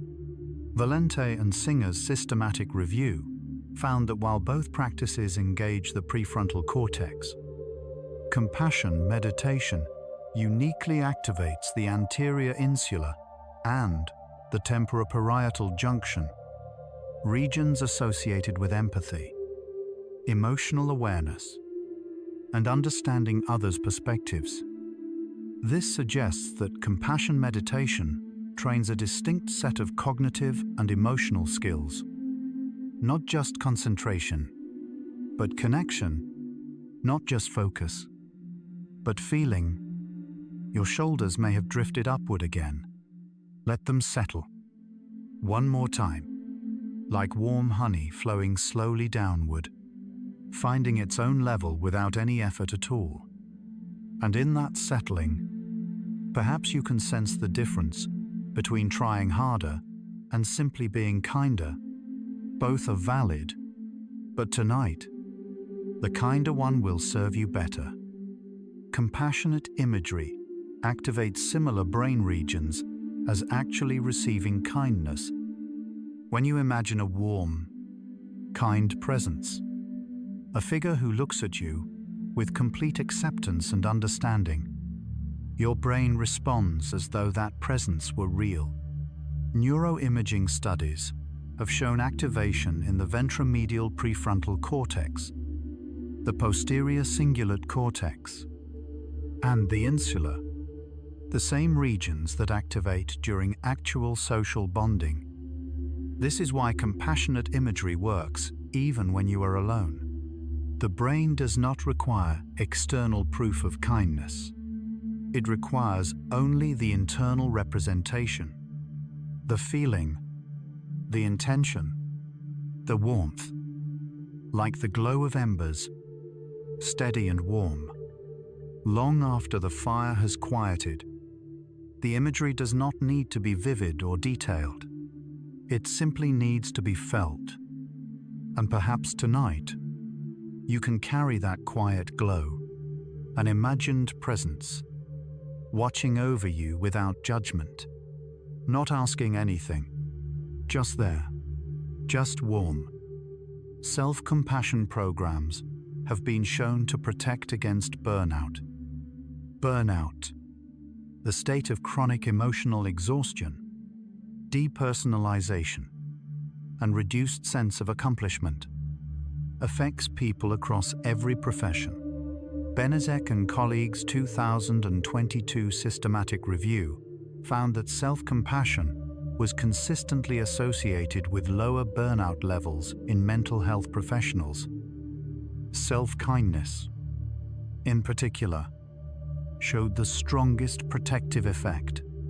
Those who treated themselves with warmth during difficult periods were less likely to reach the point of emotional depletion. Like a constellation of small kindnesses, each one a point of light, no single act of self-compassion prevents burnout. But together, over time, they form a pattern that holds, and perhaps that pattern is already forming for you. One kind thought, one gentle breath, one quiet moment of rest, adding up to something that protects you in ways you cannot yet measure. Brief self-compassion exercises before sleep have been linked to better rest. Butz and Stahlberg's German research program, spanning 7 years and 9 studies, found a specific connection between self-compassion and sleep quality. Participants who engaged in brief self-compassion exercises before bed, even as simple as a few minutes of compassionate self-talk or gentle breathing, reported better sleep quality and fewer nighttime awakenings. The mechanism is straightforward. Self-compassion reduces the pre-sleep rumination and worry that keep the mind racing when the body is ready to rest. Maybe the space above your eyes can soften now. A subtle release, like dawn light spreading across a quiet field. The day is over. The worries can wait. And in that softening, sleep finds a little more room to arrive. Not forced, not chased, just allowed. The brain does not distinguish between compassion directed inward and compassion directed outward. This is perhaps one of the most liberating findings in all of compassion research. When you send kindness to yourself, the brain activates the same neural circuits as when you send kindness to others. The anterior insula, the medial prefrontal cortex, the temporoparietal junction, they do not check the address. They simply respond to the intention. This means that every act of self-compassion is, neurologically speaking, an act of compassion. Full stop. There is no lesser version. There is no selfish version. The brain treats kindness as kindness, regardless of its direction, like a candle whose light fills a room without choosing which corners to reach. Compassion does not discriminate. It simply radiates. And perhaps that is the most important thing to know as we come to the end of this third gathering of truths. The kindness you offer yourself tonight is real. It is whole, and it is exactly the same kindness you would offer anyone you love. Each moment of self-kindness creates a small but real change in your neural architecture. This is not metaphor. It is neuroscience. Every time you offer yourself a kind thought, A gentle word, a moment of patience. A synapse fires, a connection strengthens, a pathway deepens. The change is microscopic, invisible to any scanner, imperceptible to any feeling, but it is real. Over time, these microscopic changes accumulate.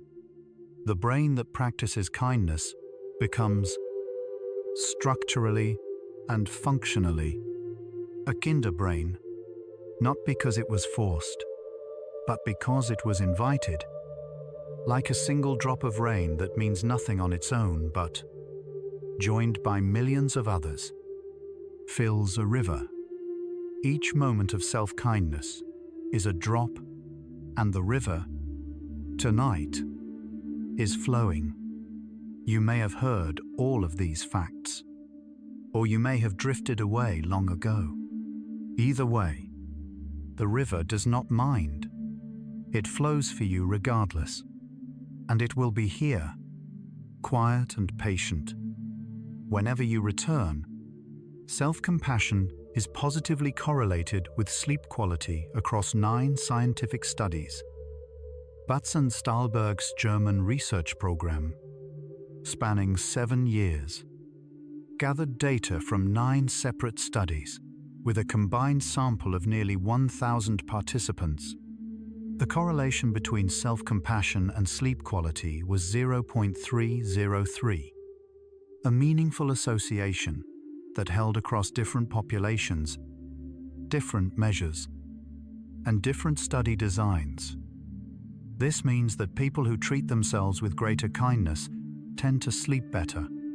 Not perfectly, not every night, but measurably, consistently, reliably better.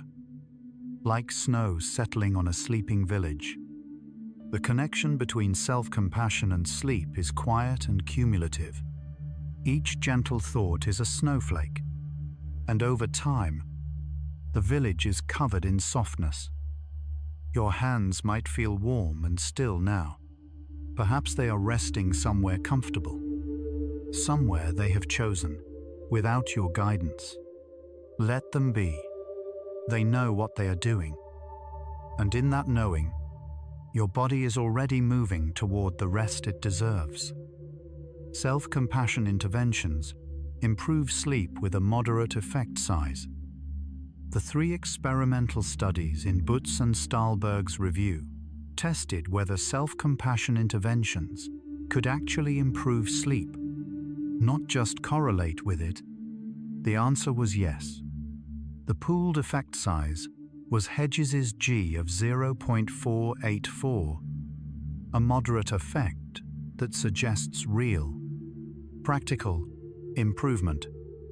Participants who received self-compassion training reported falling asleep more easily, sleeping more deeply, and waking fewer times during the night. The improvements were not dramatic, but they were consistent, like a blanket of fog settling over a quiet valley. The improvement does not arrive all at once.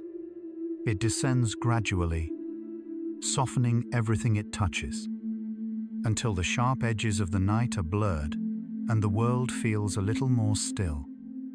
And perhaps that fog is settling for you now. Not sleep itself, but the conditions for it. The softening, the quieting, the gentle permission to let go. One reason self-compassion helps sleep is that it quiets the inner critic that replays the day. At night, when the distractions of the day fall away, the inner critic often grows louder. It replays conversations, highlights mistakes, rehearses worst-case scenarios. This is the voice that keeps you awake. Not because it has anything useful to say, but because it cannot stop talking. Self-compassion offers an alternative. Instead of arguing with the critic or trying to silence it, self-compassion simply says, "This was a hard day. You did what you could. And now, It is time to rest. Research has shown that this simple shift, from self-criticism to self-compassion, significantly reduces pre-sleep cognitive arousal, the racing thoughts that delay sleep onset, like sun-baked earth at the end of the day, releasing its warmth slowly into the evening air. The day's tension does not need to be gripped. It can be released, gradually, naturally, in its own time, and perhaps that release is already happening. Thought by thought, breath by breath.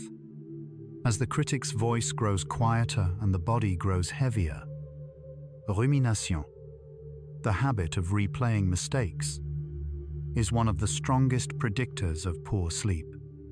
Sleep researchers have identified rumination as one of the most consistent barriers to healthy sleep.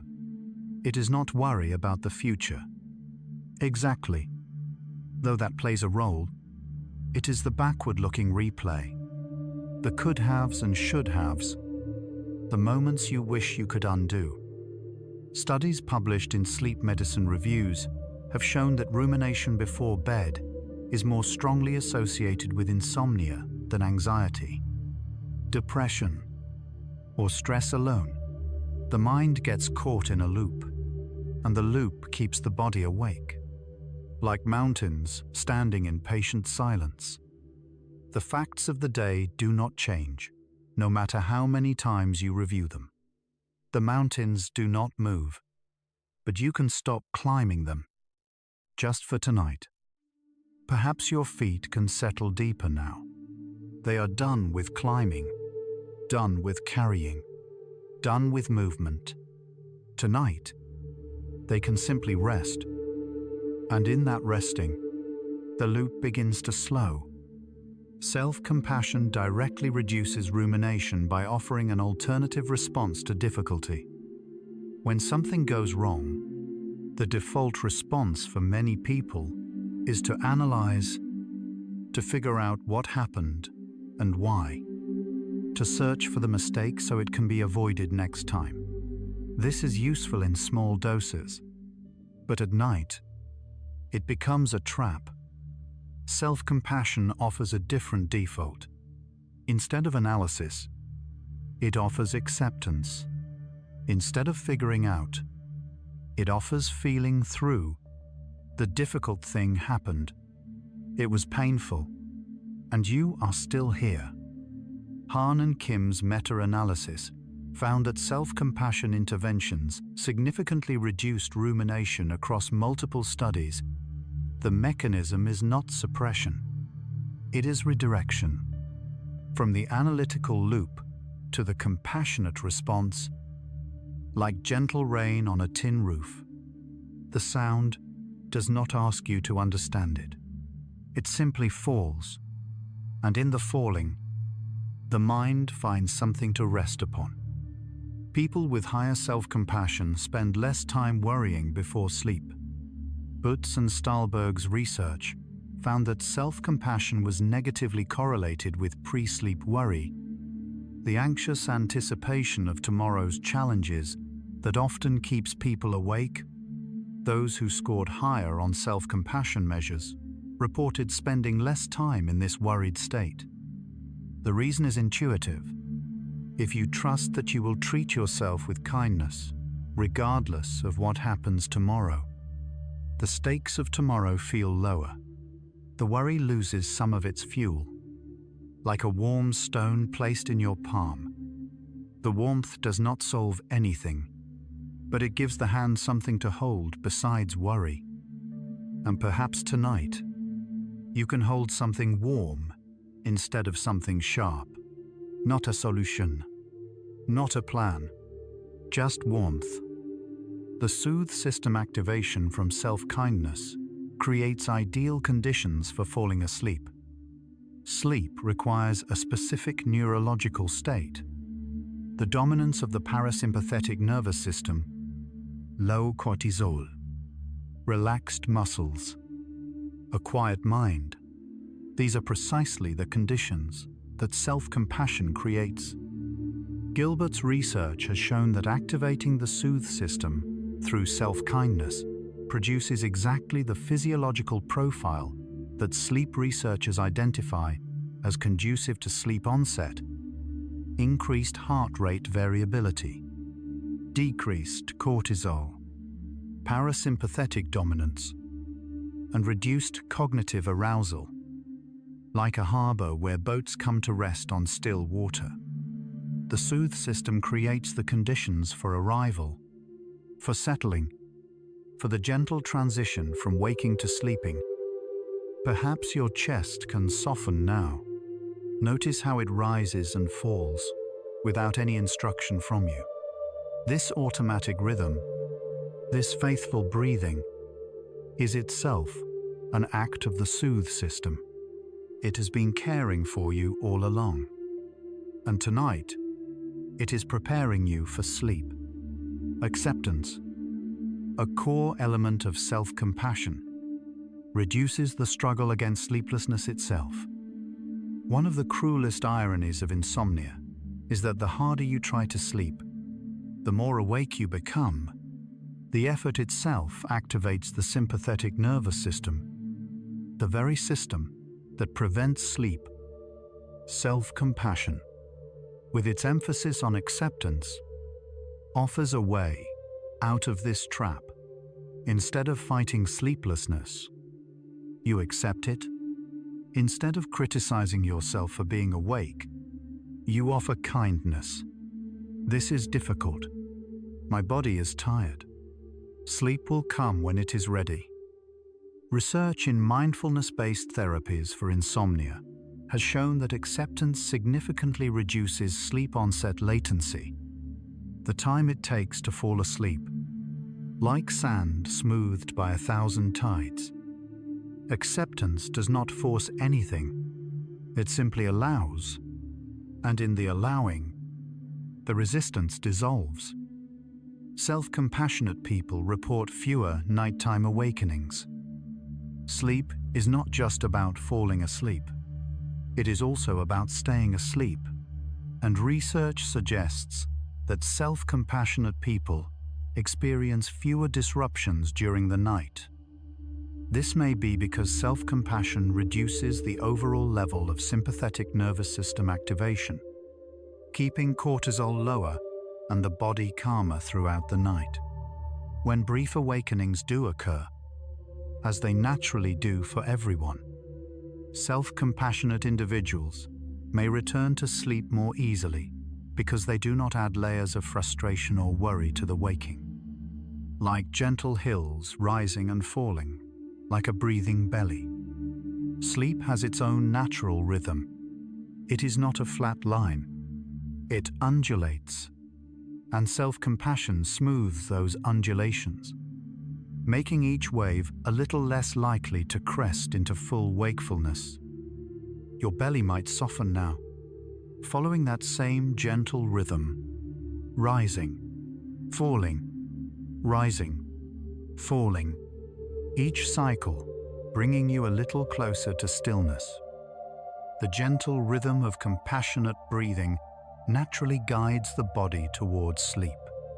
Breathing is the bridge between the voluntary and involuntary nervous systems. You can control it, but it also controls itself. And when you breathe with intention, slowly, deeply, gently, you send a direct signal to the parasympathetic nervous system that it is safe to take over. Compassionate breathing, a technique used in CFT, combines this slow breathing with an intention of kindness. Each inhale draws in warmth. Each exhale releases tension. The rhythm itself becomes an act of self-compassion. Research has shown that this type of breathing reduces heart rate, lowers blood pressure, and increases the likelihood of sleep onset within minutes. Notice your breath now. You do not need to change it. Just notice the gentle rise, the gentle fall, the quiet pause between, and in that noticing, The body remembers what it has always known, how to breathe itself to sleep. Letting go of the day's judgments is itself an act of self-compassion. Every day carries judgments. Judgments of yourself, of others, of situations that did not go as planned. By nighttime, these judgments can accumulate like stones in a pocket, each one small on its own, but heavy in aggregate. Self-compassion invites you to empty those pockets, not to pretend the judgments do not exist, but to set them down, gently, beside the bed. They will be there in the morning if you need them. But tonight, they are not required. Neff and Germer have described this as the practice of giving yourself permission to be imperfect, to have had an imperfect day, and to let that be enough. Like judgments dissolving into warm amber mist, each one you release makes the next one easier, and the pockets, slowly, grow lighter. Your body does not need you to solve anything tonight. It simply needs you to be still. This is perhaps the simplest and most profound truth about sleep. It does not require accomplishment. It does not require resolution. It does not require understanding. It requires only stillness. Your body knows how to sleep. It has been doing it since before you could form a thought or speak a word. The machinery is ancient and reliable. All it asks is that you stop feeding it problems to solve, like a silhouette standing perfectly still in darkness. Warm light glowing from within. Your body does not need instructions tonight. It needs permission. And perhaps that permission is the kindest thing you can offer yourself right now. Not a plan, not a resolution, just stillness. Self-forgiveness before sleep has been linked to faster sleep onset. Research in positive psychology has found that people who practice self-forgiveness before bed, actively releasing themselves from the day's mistakes and shortcomings, to fall asleep more quickly than those who carry their regrets into the night.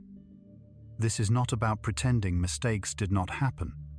It is about choosing not to punish yourself for them at the one moment when punishment serves no purpose, the moment before sleep. Like snow settling on a quiet rooftop, each flake arriving without permission. Forgiveness does not need to be earned. It simply arrives, and it covers what lies beneath with something soft. Perhaps your jaw can release one more time. It may have gathered the day's unfinished words. Let them go. They do not need to be spoken tonight. And in that release, the distance between you and sleep grows a little shorter. The warmth generated by self-compassion mimics the thermal conditions that promote sleep. Sleep researchers have long known that a slight increase in peripheral body temperature, warmth in the hands and feet, is one of the body's signals that it is time to sleep. This is why warm baths before bed are effective. They dilate blood vessels in the extremities, raising skin temperature. Self-compassion, through its activation of the parasympathetic nervous system and subsequent vasodilation, produces a similar effect. The hands grow warmer. The feet grow warmer. The body interprets this as a readiness for sleep. Like warm hands glowing within a light, the warmth of self-compassion is not just emotional. It is thermal, it is physical, and it is exactly what your body needs to begin its descent into sleep. Perhaps you can feel that warmth now, in your fingertips, in your palms, in the soles of your feet. It is your body saying, gently, I am ready. Gratitude and self-compassion together create a gentle foundation for rest. Positive psychology research has shown that combining gratitude with self-compassion before sleep creates a particularly powerful foundation for rest. Gratitude shifts attention toward what went well. Self-compassion softens what did not. Together, they create a balanced emotional state that is neither falsely positive nor needlessly harsh.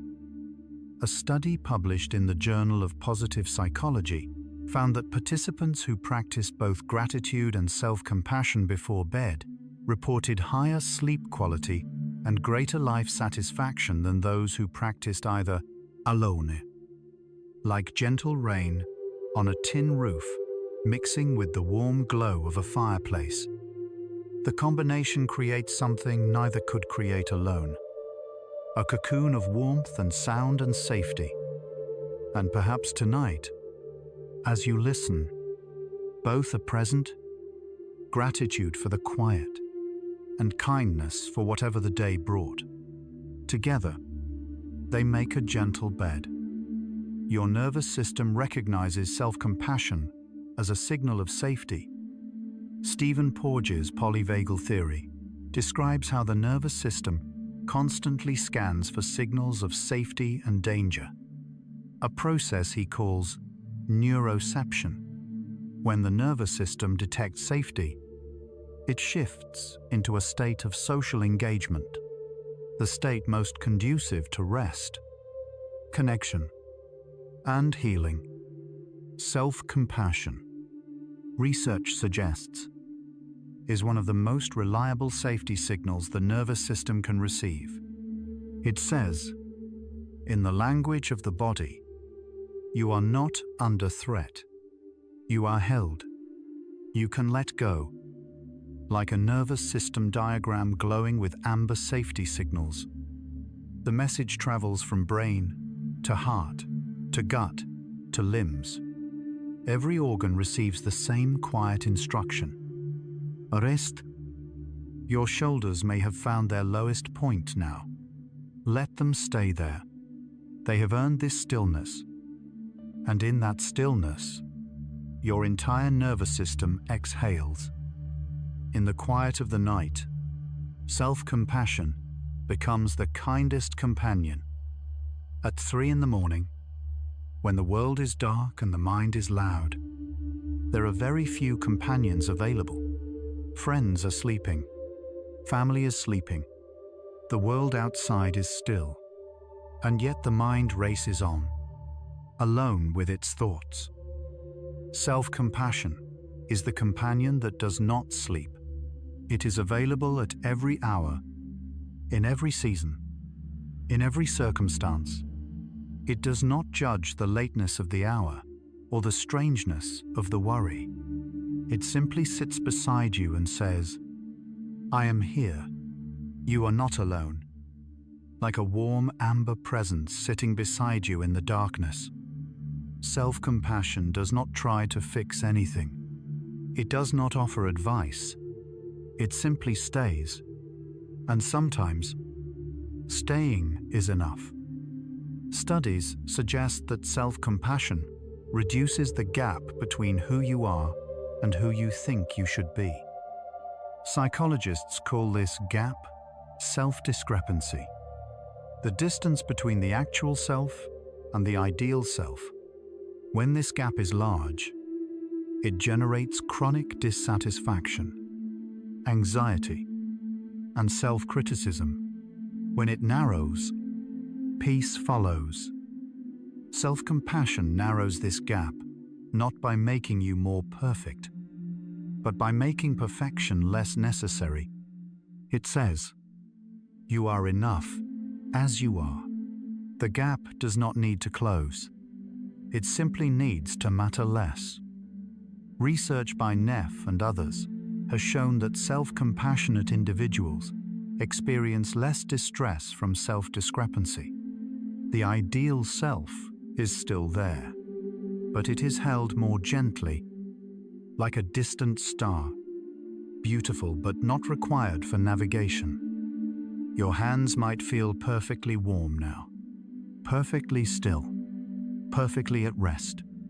They are not reaching for anything. They are not holding anything. They are simply being. And in that being, the gap between who you are and who you think you should be grows quiet. It does not disappear. It simply stops mattering. Just for tonight. This reduction in self-discrepancy creates a deep sense of peace. When you stop measuring yourself against an ideal, something remarkable happens. The constant background noise of not enough fades. The vigilance relaxes. The shoulders drop. The breath deepens. And in the space that opens up, peace arrives. This is not the peace of having solved everything. It is the peace of having stopped trying to solve everything, just for now. It is the peace of acceptance, of enough, of here, like the stillness after the last bird has sung. This peace does not announce itself. It simply appears when the noise stops. And tonight, perhaps, the noise is stopping. Self-compassion does not ask you to change. It asks you to notice with tenderness. This may be the most radical aspect of self-compassion. It does not ask you to be better. It does not ask you to try harder. It does not ask you to fix anything at all. It simply asks you to notice what is happening, inside and around you, and to meet it with tenderness. Neff and Germer have described this as the difference between being a harsh taskmaster and being a warm presence. The taskmaster demands change. The warm presence simply witnesses, and paradoxically, it is the witnessing that makes change possible. Like a fire that has burned all day, now glowing softly as embers. You do not need to add anything more. The day is complete. The fire has done its work. Now there is only the glow. And in that glow, you are seen, not judged, not measured, just seen. The practice of self-compassion is itself a form of rest. Rest is not just sleep. It is any state in which the body and mind are allowed to stop striving, stop producing, stop performing. Self-compassion, by its very nature, creates this state. It says, you do not need to earn your place here. You do not need to justify your existence. You simply need to be. In a world that often equates worth with productivity, this is a revolutionary act, to sit quietly and offer yourself kindness, with no agenda and no outcome in mind, is to rest in the deepest sense of the word, like a silhouette sitting perfectly at peace. Warm amber light filling the figure from within. Self-compassion is rest made visible. It is the body and mind agreeing, together, that this moment is enough. Your breath, your heartbeat, your quiet awareness, these are enough. You do not need to do anything more tonight. Your breath is breathing itself. Your heart is beating itself. Your awareness, however dim or bright, is doing exactly what it needs to do. These three things, breath, heartbeat, awareness, I have been with you since your very first moment. They have never failed you. They have never asked for anything in return. They simply continue, faithfully, moment after moment, carrying you through every day and every night, like three concentric rings of warm amber light pulsing gently from your chest. Each one is enough on its own. Together, they are everything. Perhaps your whole body is settling now, from forehead to feet, a slow wave of warmth traveling downward, each part relaxing as the wave passes through. There is nothing left to do, nothing left to hold, nothing left to be. Self-compassion research suggests that the capacity for kindness is innate, not learned. Neff's foundational work proposed that self-compassion is not an exotic skill that must be imported from outside. It is a natural human capacity, as innate as the ability to breathe or to love. Every person, regardless of background or circumstance, carries the seeds of self-compassion within them. What varies is not the capacity, but the conditions.